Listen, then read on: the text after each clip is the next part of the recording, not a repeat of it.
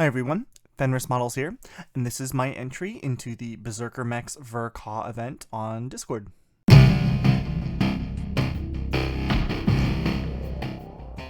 So now, this event is a little bit different than some of the group builds I've done previously on the channel. This is actually going to be a full-on competition, and so this is my entry video, essentially, for the competition, as well as we're going to go ahead and here in a minute, we're going to open these up and we're going to take a look at all the parts, just so you guys can get a view of what all comes in both of these two VerCaw kits. And then I'm going to talk a little bit about what it is that I'm planning on building for the event. So how about we get on in on it, and we're going to start with the Wing Gundam VerCaw. Right, and as you can see, for the Wing Gundam, we have a lot of plastic here. There is 14 sprues. Some of them are larger than others, but we will take a look at those more in depth here in a second. But let's start with the instruction booklet as we usually do. And now I'm not going to go in as depth as I usually do with my unboxing videos here, but we are just going to take a quick look. For the most part, hold on. Someday we'll have a video where I remember to actually focus before opening up the booklet. But anyway, so Bandai's Gunpla stuff tend to be in Japanese, so a lot of the information here, unless you read Japanese, is a bit, well, unreadable. However, the instructions themselves are, whoops, knocked over some of the sprues. The instructions themselves are still pretty straightforward and clear. The images are very well done, so you just have to follow the pictures. There's no real need.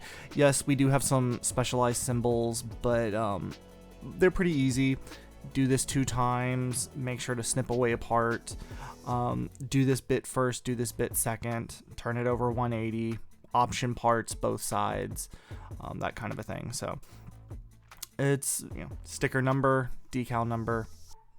It's not terribly difficult. So like here you see, you're going to need to put sticker, I should know what that symbol is. Anyway, you're going to put the sticker onto the piece right there, and it's before you move on to that bit. So it's all pretty direct. It's nice in that this is a nice little booklet style. Halfway through we have our nice little splash page there with more information on the machine itself, and then we get to the back, and here is our if you're gonna paint it up, our little painting guide. I believe they just mention color names. They don't specifically have a brand or a color brand to use, so it's just white, blue, gray, and you can see that there's percentages there. You can take a picture of this and run it through Google Translate, and it'll translate it for you. So if you want to paint it up, you can. Otherwise, and we'll see it when we get to the sprues, Bandai Gunpla kits are usually fairly color accurate, so you don't have to do that. But and then we have all of our where all our stickers and decals go. And now I'm not going to open up this because I don't want to lose these parts, but we have a sheet of foil stickers here, and then a sheet of these are dry rub transfers. So what you'll do is there's a plastic piece on top. You'll cut it out, remove the plastic piece, or sorry, the plastic piece is on bottom because plastic piece is on bottom. So you remove that, place this wherever it needs to go, and then you just rub it. I tend to use a penny, but you can use anything, a credit card, whatever. Just give it a good bit of pressure, and then it'll stick to whatever you have it on, and then you just peel the paper off of it. So it's a dry rub transfer as opposed to a water slide or a sticker. And then on the back here, this back sheet is normal stickers. So we have foil stickers, normal stickers, dry rubs. There's no water slides in these. So we have our nice clear green plastic for our beam saber parts. It does look like they're bent, but I think that's intentional because you see how low down this is. Down this part, it's not cast in the middle, so I think it's meant to actually be a little curved. If you want it more curved or less curved, you can always soak it in warm water, bend it, and then dunk it in cool water, and it will essentially thermal shock it into whatever shape you want it to be. So that is always an option. And it's a nice soft plastic as well, so you'll be able to do that pretty easily. Then we have our polycaps. Now for everybody who usually follows me for aircraft and dinosaurs and stuff, these polycaps are not going to be super familiar. Armor modelers, you may get some every now and again for the wheels, or sometimes you see them in the turrets, but usually you don't see a lot of them. In Gunpla, you see them all the time. These all will be going in all of the joints, and this is what allows the models to have as much posability as they do. It makes them very dynamic in your displays, and it's these guys right here. And this is essentially a super stiff rubber-like plastic, vinyl something. I think it's vinyl technically, but so it has a grip to it. But because of these little wings on each side, or the fact that they're like these like ball joints, it allows movement. So I'm just kind of going from the top of the stack to the bottom, so we'll get whichever pieces we get. Here we have some of the pieces for the wing, and you can see, there we go, get some shadows on there. You can see the, there's lots of detail in there, lots of room for panel lining. I may go in and add some more panel lines with the scribing tool. I haven't decided yet, but lots of places for both panel liner and for doing pre-shading or other detail work. Lots of surface detail. Here we go with the yellow sprue. This is mainly little details. We have vents for the chest, on the shoulders. These are the covers for the Vulcan guns, the sleeve hem, essentially. These are into the big guns. So as I say, they are, cast in different colors, so you don't have to paint these if you don't want to. I will be painting them.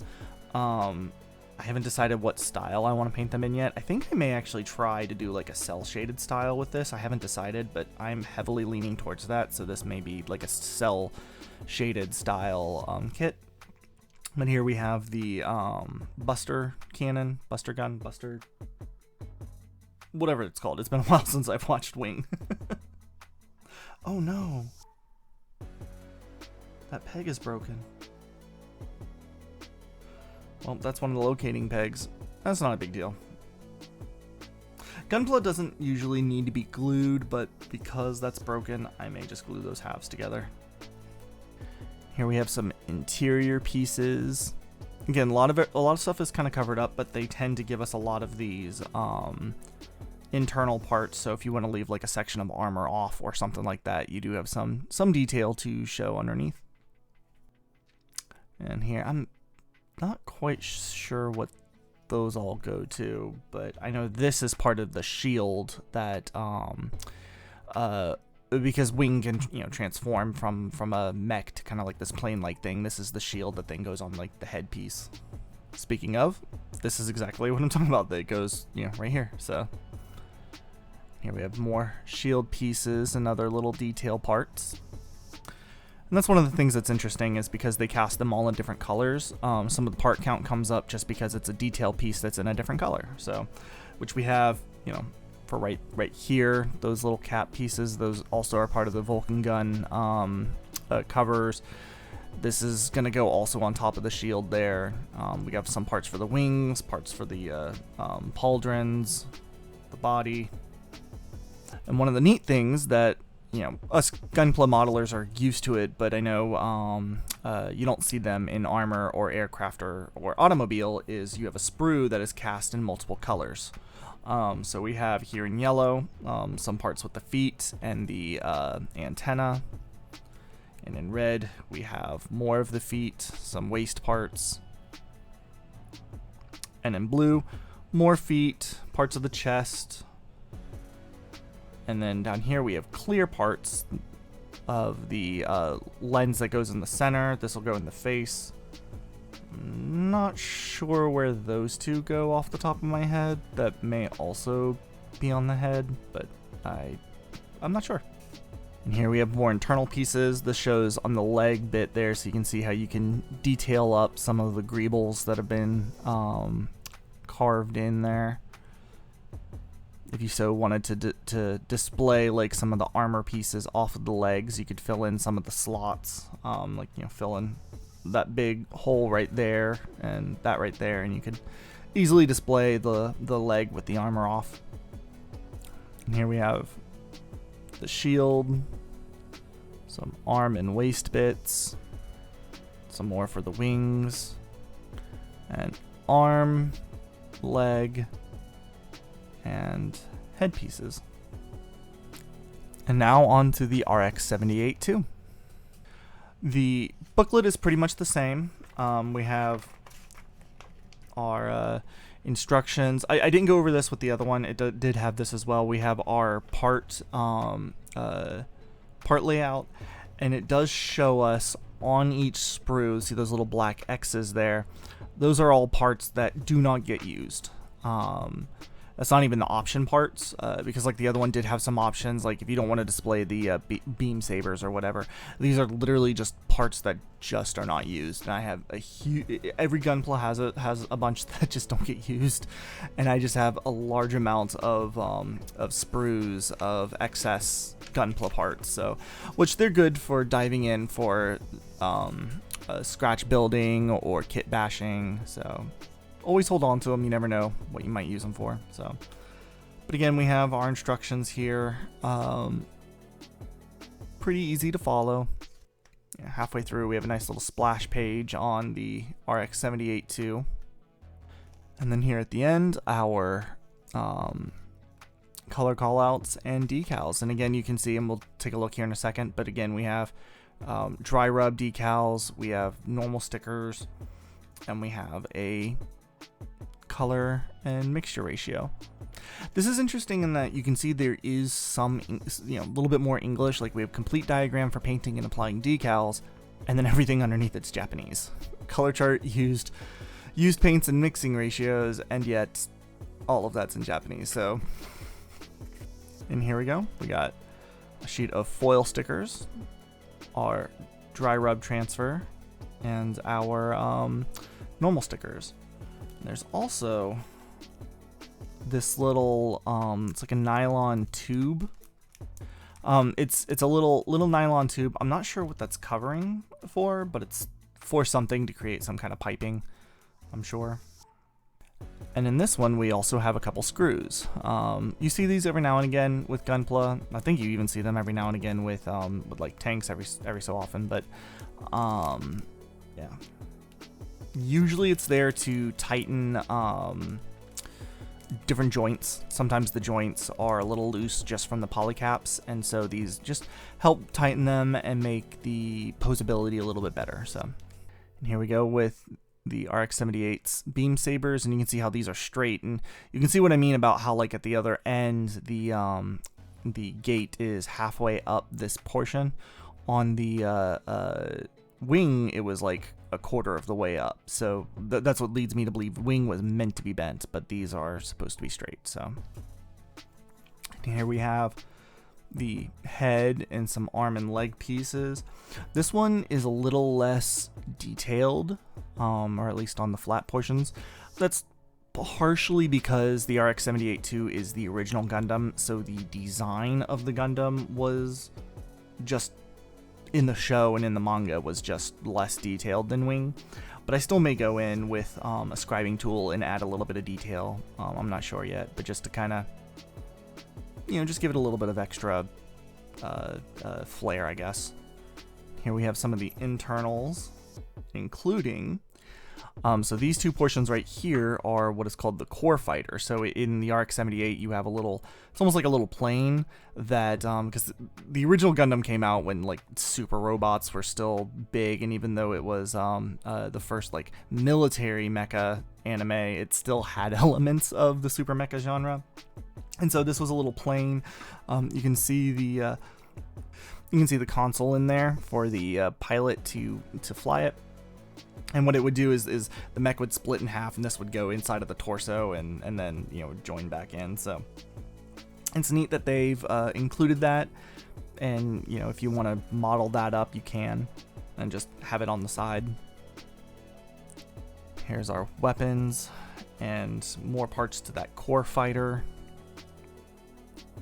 Now, one thing about Gundam plastic is. I know I showed the two that were much more soft with the beam sabers and the polycaps, but the colored sprues are actually a really hard plastic. It's harder than most other companies. And in fact, I believe it's a different type of plastic because extra thin cement can actually, and Tamiya panel liners for that matter, can actually cause it to weaken, become more brittle, and sometimes just crack just because you apply it. So you can see we have feet, more shield pieces. So you got to be mindful of that if you're planning on using extra thin or Tamiya panel liner. Just give it a good varnish before you use the panel liner, and it should be good because it won't eat into the plastic. But if you put it just straight onto the plastic, it can cause it to become brittle and crack, and the extra thin doesn't join it as well as it does for other types of plastic. It does still join it. You'll hear some people saying that extra thin doesn't glue. No, it does. It's just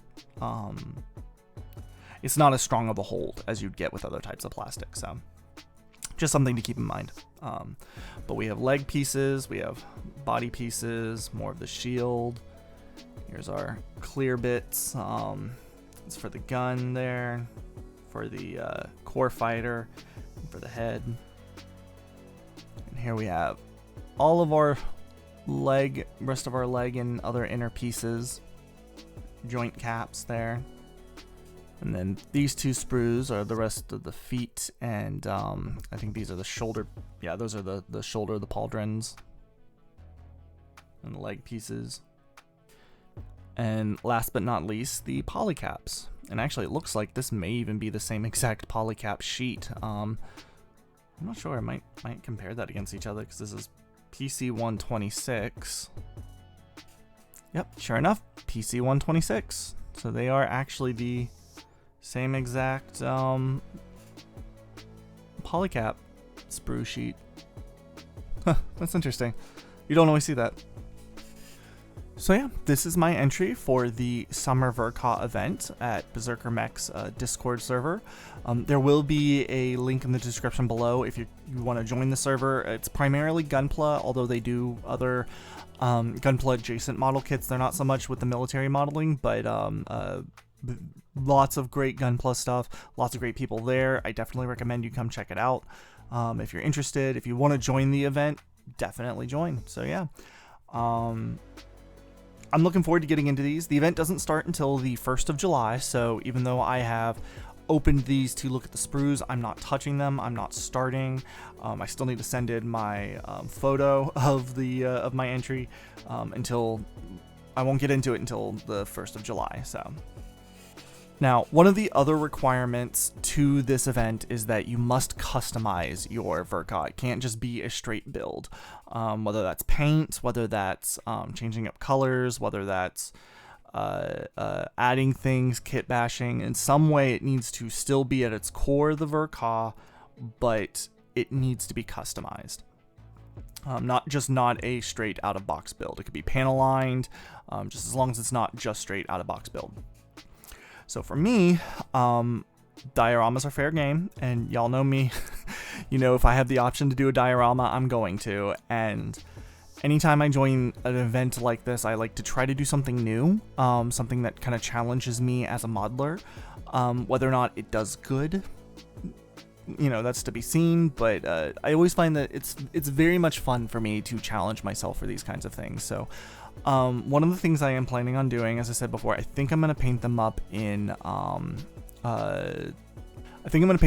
like a cell shaded kind of form, that kind of anime-esque, comic book style. Not quite sure on that bit yet, but, for the diorama, I will be painting them regardless, but for the diorama portion, I think I'm actually going to be a little silly, and we're going to have these two guys right here going up against some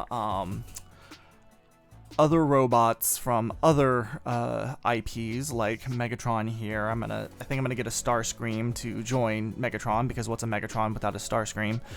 I might get a Zoid kit to put on one side of the diorama. It may just be the Transformers, but ultimately it's going to be Gundam against other mecha IPs is kind of the working idea. So we'll see how well it goes.